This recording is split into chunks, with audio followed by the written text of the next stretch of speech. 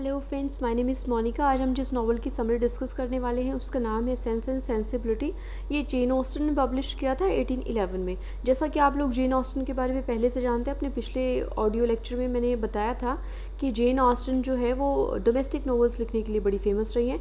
तो ये वाला नॉवल भी उनका कुछ डोमेस्टिक काइंड ऑफ नॉवल है, जिसमें काफ़ी सारे लव अफेयर्स आपको मिलेंगे, फैमिली मिलेगी, फैमिली प्लानिंग मिलेंगी, बहुत सारे कैरेक्टर्स मिलेंगे, कुछ मेजर हैं कुछ माइनर हैं। तो चलिए देख लेते हैं सबसे पहले इसका प्लॉट। सबसे पहले हम लोग इस नोवेल का प्लॉट देखेंगे, उसके बाद हम लोग इसके माइनर कैरेक्टर्स को भी डिस्कस कर लेंगे ताकि एग्जाम में किसी भी टाइप की परेशानी ना हो और किसी भी टाइप का क्वेश्चन आप लोग हैंडल कर सकें। तो चलिए सबसे पहले हम लोग देख लेते हैं मिस्टर एंड मिसेस डैशवुड। ये जो है मिस्टर एंड मिसेस डैशवुड, यहाँ से स्टोरी शुरू होती है। अब जो मिस्टर डैशवुड है, इनकी 2 शादियाँ हुई हैं। पहली शादी से इनको एक बेटा है जॉन डैशवुड, और जो दूसरी शादी है जिनके साथ अभी ये फ़िलहाल अपनी वाइफ के साथ रहते हैं, उनसे इनको 3 बेटियां हैं, एलिनर, मैरियन एंड मार्गरेट। तो देखिए इनके टोटल 4 बच्चे हो गए। ये जो जॉन है वो पहली वाली वाइफ से हैं, स्टेपसन हो गए ना मिसेस डैशवुड के, और 3 जो बेटियां हैं वो अभी इनकी हाल ही में सेकेंड मैरिज से हैं। तो अब ये जो चारों बच्चे हैं अब ये साथ ही रहते हैं, एक फैमिली है इनकी। इसके बाद में एक टाइम के बाद में मिस्टर डैशवुड की डेथ हो जाती है। अभी जो मिस्टर डैशवुड की डेथ के बाद इन्होंने कोई विल अपनी ऐसी खास नहीं छोड़ी थी जिसकी वजह से इन तीनों बेटियों को और इनकी वाइफ को कोई हक मिलता। अभी जॉन डैशवुड हैं, उनको फेनी, इनकी वाइफ, देखिए अब एक नया कैरेक्टर इंक्लूड हो रहा है, फेनी है, जॉन डैशवुड की वाइफ है ये फेनी। ये थोड़ी सी लालची काइंड ऑफ वुमन है। ये जॉन डैशवुड को काफ़ी उकसाती है कि तुम्हें अपनी सारी प्रॉपर्टी ले लेनी चाहिए वरना तुम्हारी सारी बहनें उसे ले जाएंगी। तो फिर जॉन डैशवुड है बड़ा प्रेशराइज करते हैं इन चारों को, मीन्स मिसेस डैशवुड अपनी मदर को, स्टेप मदर को, और इन तीनों अपनी बहनों को वहाँ से घर से निकल जाने के लिए और सारी जो अपनी प्रॉपर्टी है उसके ऊपर ओवर होल्ड कर लेते हैं। अभी ये काफ़ी मुसीबत में है, अभी इनको और घर नहीं मिल रहा है कि ये लोग कहाँ जाएं शिफ्ट होने के बाद में। तभी इनको ऑफ़र कौन करते हैं, जॉन मिडल्टन। देखिए ये जॉन डैशवुड है, ये जॉन मिडल्टन है, तो कंफ्यूज नहीं होना। तो जॉन मिडल्टन एक ओल्ड एज पर्सन है, वो मिस्टर एंड मिसेस डैशवुड के नोन हैं। तो वो ऑफ़र करते हैं इनको चारों को कि आप लोग आके हमारे घर पे रह सकते हो। तो ये लोग चले जाते हैं मिस जॉन मिडल्टन के घर पे रहने के लिए, ये चारों लोग रेंट पे रहने के लिए। वहाँ पे इन चारों के जाने के बाद इनकी मुलाकात होती है कर्नल ब्रैंडन। सभी कर्नल ब्रैंडन कौन है, कर्नल ब्रैंडन है जॉन मिडल्टन के फ्रेंड, और वहाँ पे ये मरियन इनको बहुत पसंद आ जाती है। कर्नल ब्रैंडन हालांकि थोड़े से ओल्ड एज हैं, पर उनको मैरियन काफ़ी अच्छी लगने लगती है, पर मैरियन को वो बिल्कुल भी पसंद नहीं है। मैरियन को चाहिए कोई डैशिंग हैंडसम लड़का जिससे वो लव कर सके और मैरिज कर सके। अभी जो कर्नल ब्रैंडन है इनके बारे में एक चीज़ और मैं आपको एक्सप्लेन कर दूँ कि कर्नल ब्रैंडन जब अपने यूथ टाइम में थे तब इनका अफेयर हुआ था किससे, ये जो है एलिज़ा से अफेयर हुआ था। पर जैसे ही ये अपना वापस चले जाते हैं अपना आर्मी में, तो उसके बाद में ये जो एलिज़ा है इनके ब्रदर से मैरिज कर लेती है और आफ्टर सम टाइम ये प्रॉस्टिट्यूट बन जाती है। ठीक है, तो इसका काम ही ये रह जाता है कि मैरिज करना और ऐसे लोगों को पैसे के लिए लूटना। तो ये कर्नल ब्रैंडन की थोड़ी सी हिस्ट्री थी, आपको बीच में बताई मैंने।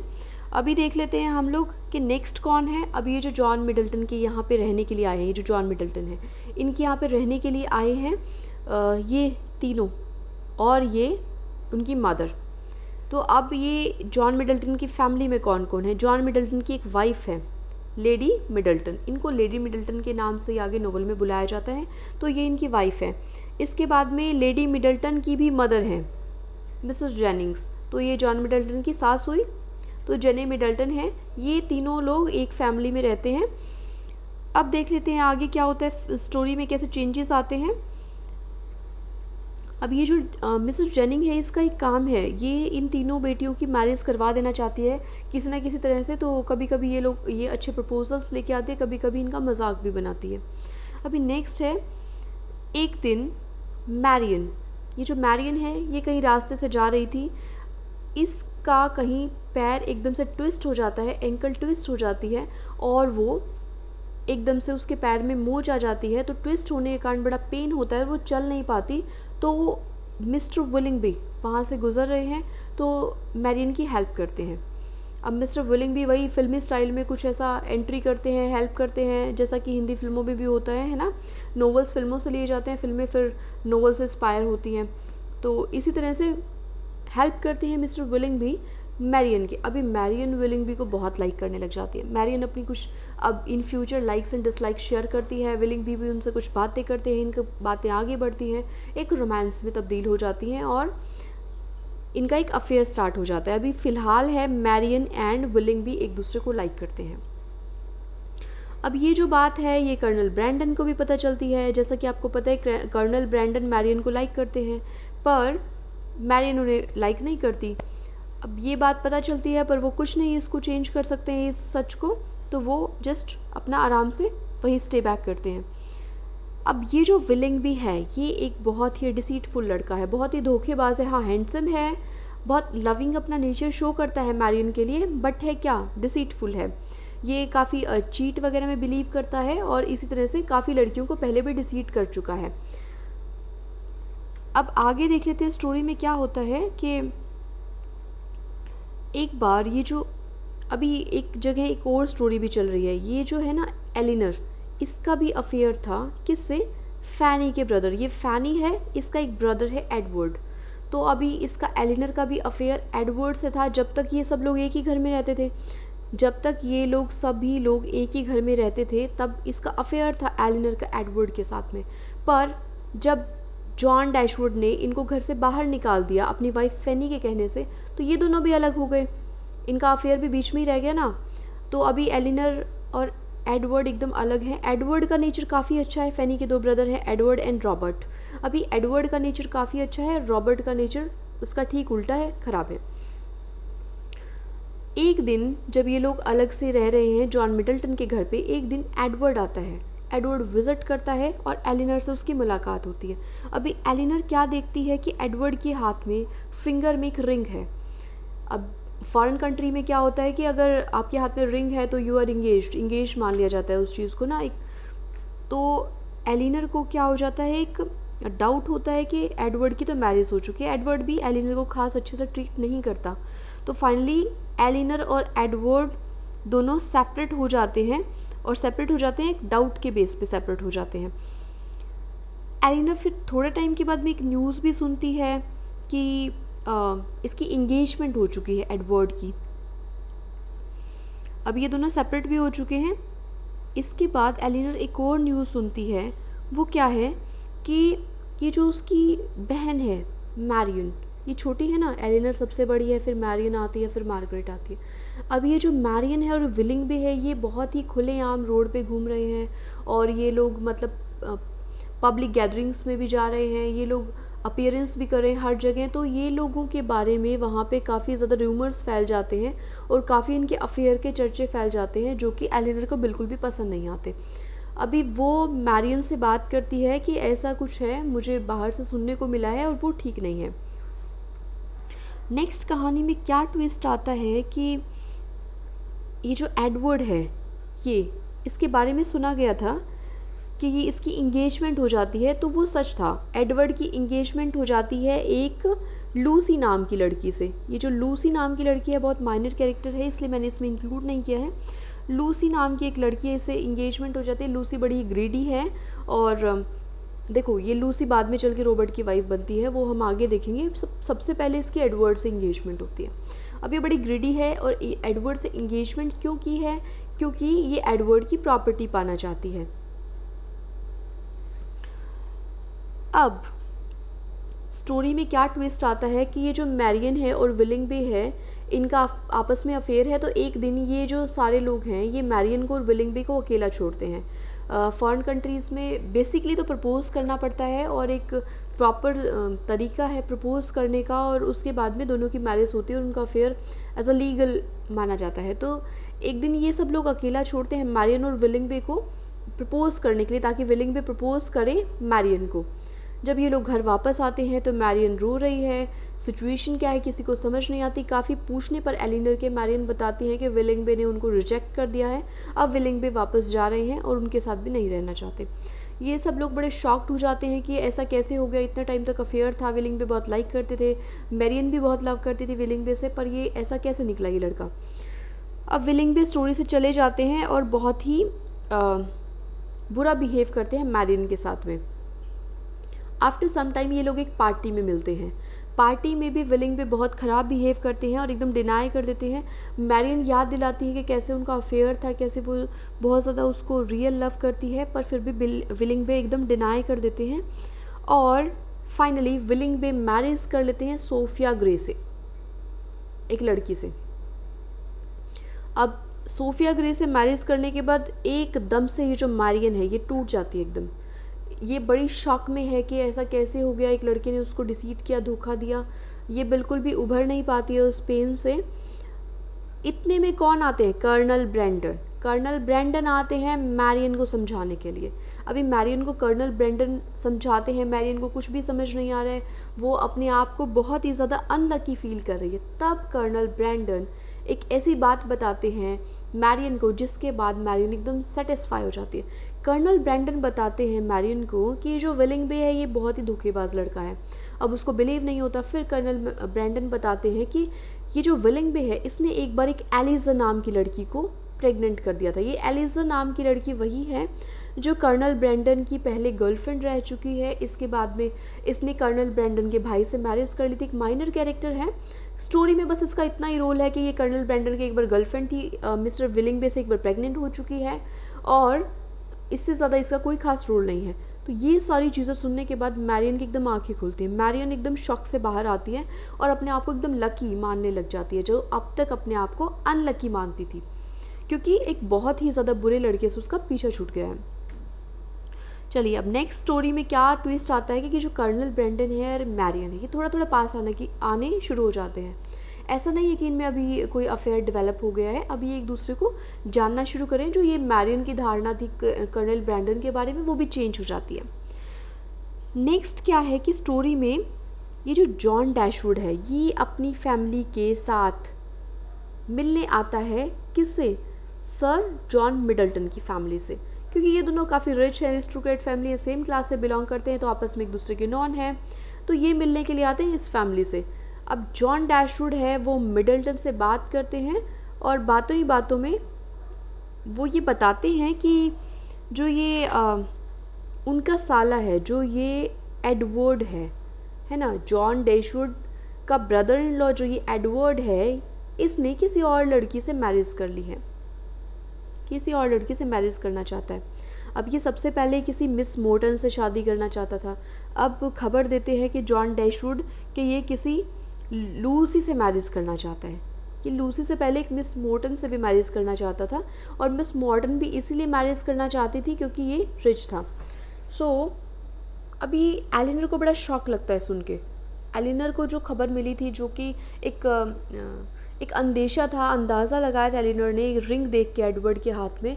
अब उसको यकीन हो गया कि हाँ, जब एलिनर को इस बात का पता चलता है, जब जॉन खुद बताते हैं, जब ये मिडल्टन फैमिली से मिलने आए तो जॉन बताते हैं खुद एलिनर को कि ये जो एडवर्ड है इसने तो इंगेजमेंट कर ली है किससे? लूसी से, और अभी बहुत ही जल्दी मैरिज करने वाले हैं। अब इसे बड़ा शॉक लगता है, इसे लगता है कि पहले मॉर्टन से मैरिज करने वाला था ये, अभी लूसी से मैरिज कर रहा है, कि ये क्या कुछ है। तो ये जानना चाहती है कि एडवर्ड से बात करती है एलिनर, एडवर्ड से बात करती है, और बातों ही बातों में एलिनर को पता लगता है कि ये जो मॉर्टन से मैरिज है ये तो बहुत ही इनको बहुत ही ज़ोर ज़बरदस्ती से करवाई जा रही है। जो इसकी बहन है फेनी, ये करवा रही है। फेनी चाहती है कि किसी अमीर से घर में शादी हो एडवर्ड की, ताकि उसको खूब सारा पैसा मिल सके। तो ये फेनी ज़ोर ज़बरदस्ती करवा रही है। वास्तव में तो ये लूसी से ही मैरिज करना चाहता है।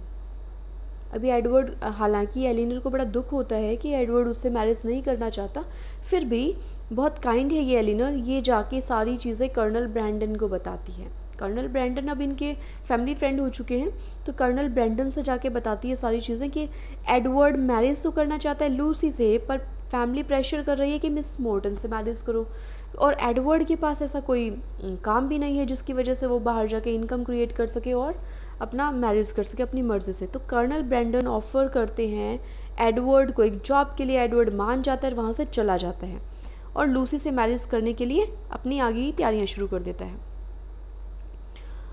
और रॉबर्ट डिसाइड करता है ठीक है तुम जा रहे हो तो लूसी से मैं मिसेस मॉर्टन से मैं मैरिज कर लूँगा, मिस मॉर्टन से मैं शादी कर लूँगा।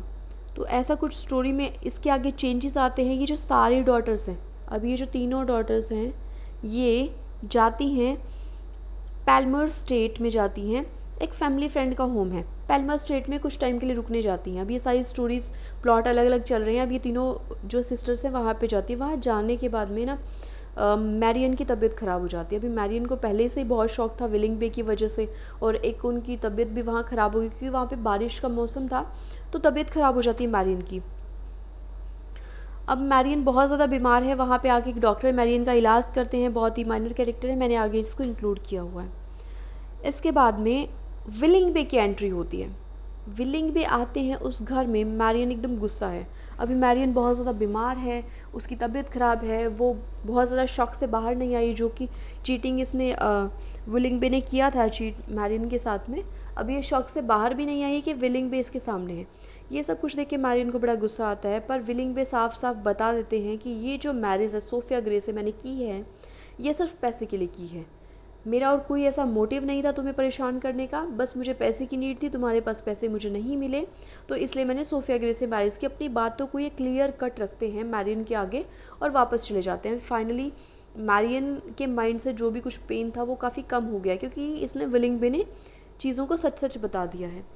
इसके बाद में मैरियन और कर्नल ब्रैंडन नज़दीक आने लग जाते हैं, इनका अफेयर डेवलप होने लग जाता है, और आफ्टर सम टाइम न्यूज़ आती है कि एडवर्ड ने ना तो मिसेस मॉर्टन से शादी की, मिस मॉर्टन से, ना ही लूसी से मैरिज की, क्योंकि लूसी को पैसा चाहिए था, एडवर्ड के पास पैसा नहीं था, और लूसी ने एडवर्ड से भी मैरिज नहीं की। लूसी किससे मैरिज कर लेती है? फाइनली लूसी कर लेती है रॉबर्ट फ्रायर से मैरिज, जो कि फैनी का दूसरा भाई है जिसके पास की पैसा है। तो ये रॉबर्ट से मैरिज कर लेती है लूसी। एडवर्ड आता है वापस और एलिनर को बताता है, एलिनर के पास वापस आता है। भाई एलिनर बहुत शॉक में है, एलिनर को लगता है कि एडवर्ड की तो शादी हो चुकी है, अब उसके पास कुछ भी नहीं बचा, उसका पहला प्यार अधूरा रह गया है ना। सो वो वापस आता है और बताता है कि मेरी कोई शादी नहीं हुई है, किसी से भी नहीं मैरिज हुई है, जिसे मैं करना चाहता था वो खुद मुझे छोड़ गई, और जो मेरे साथ करना चाहती थी उससे मैंने नहीं की। तो ऐसी सिचुएशन से बाहर निकलने के बाद एडवर्ड ऑफ़र करता है एलिनर को, प्रपोज़ करता है। अभी एलिनर को प्रपोज़ करता है तो अंधे को क्या चाहिए, दो आंखें। एलिनर को बड़ा अच्छा लगता है, एलिनर उसको प्रपोज़ल को एकदम से येस कर देती है। तो अभी यहाँ पे मैरिज हो जाती है। जब हमारी नोवेल की एंडिंग होती है सेंस एंड सेंसिबिलिटी की, एलिनर एंड एडवर्ड की मैरिज हो जाती है, कर्नल ब्रैंडन एंड मैरियन की मैरिज हो जाती है, mister Willoughby and Sophia Grey की मैरिज हो जाती है, रॉबर्ट और लूसी स्टिल की मैरिज हो जाती है। तो फाइनली नोवेल की एक ठीक ठाक हैप्पी एंडिंग हो जाती है। तो ये था हमारा novel sense and sensibility. Hope so आपको पसंद आ गया होगा। अगर आपको इसमें थोड़ा सा भी कन्फ्यूज़न है तो एक बार से फिर से वीडियो को रिवाइंड करके देख लीजिए। अगर आपको लगता है कि कुछ छूट गया है, कुछ आपको इससे एक्स्ट्रा इन्फॉर्मेशन चाहिए, तो मुझे कमेंट बॉक्स में कमेंट कर दीजिएगा, मैं आपके कमेंट्स के आंसर देने की कोशिश करूँगी।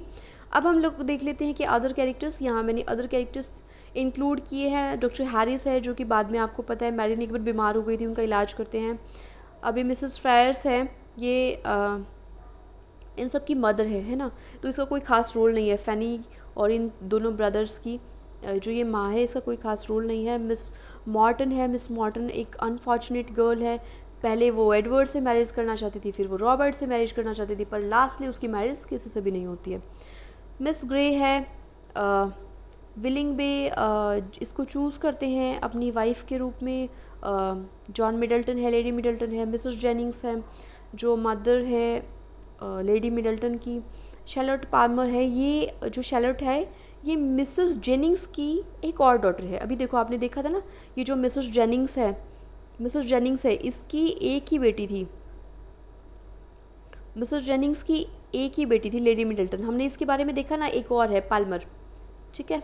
तो एक और बेटी भी है, इसका कोई ख़ास रोल नहीं है। पैल्मर के बारे में सिर्फ इतना ही जान लो कि इसके हस्बैंड बहुत ही ज़्यादा टॉर्चर करते हैं इसको, पर फिर भी पैल्मर आंखें बंद कर लेती है अपनी, और फाइनली इमेजिन करती है कि उसके हस्बैंड बड़े अच्छे हैं, और अपने आप को एक धोखे में रखती है, ठीक है। ये थी हमारी स्टोरी सेंस एंड सेंसिबिलिटी की। मुझे कमेंट बॉक्स में कमेंट करके ज़रूर बताइएगा आपको कैसी लगी। अपने दोस्तों के साथ शेयर कीजिएगा, अगर अच्छी लगे तो लाइक कीजिएगा, चैनल को सब्सक्राइब कीजिएगा अगर नए हैं तो, क्योंकि नेक्स्ट वीडियोज़ की नोटिफिकेशन आपको इसी के थ्रू मिलते रहेंगे। तब तक के लिए stay healthy, stay fit. Thank you so much.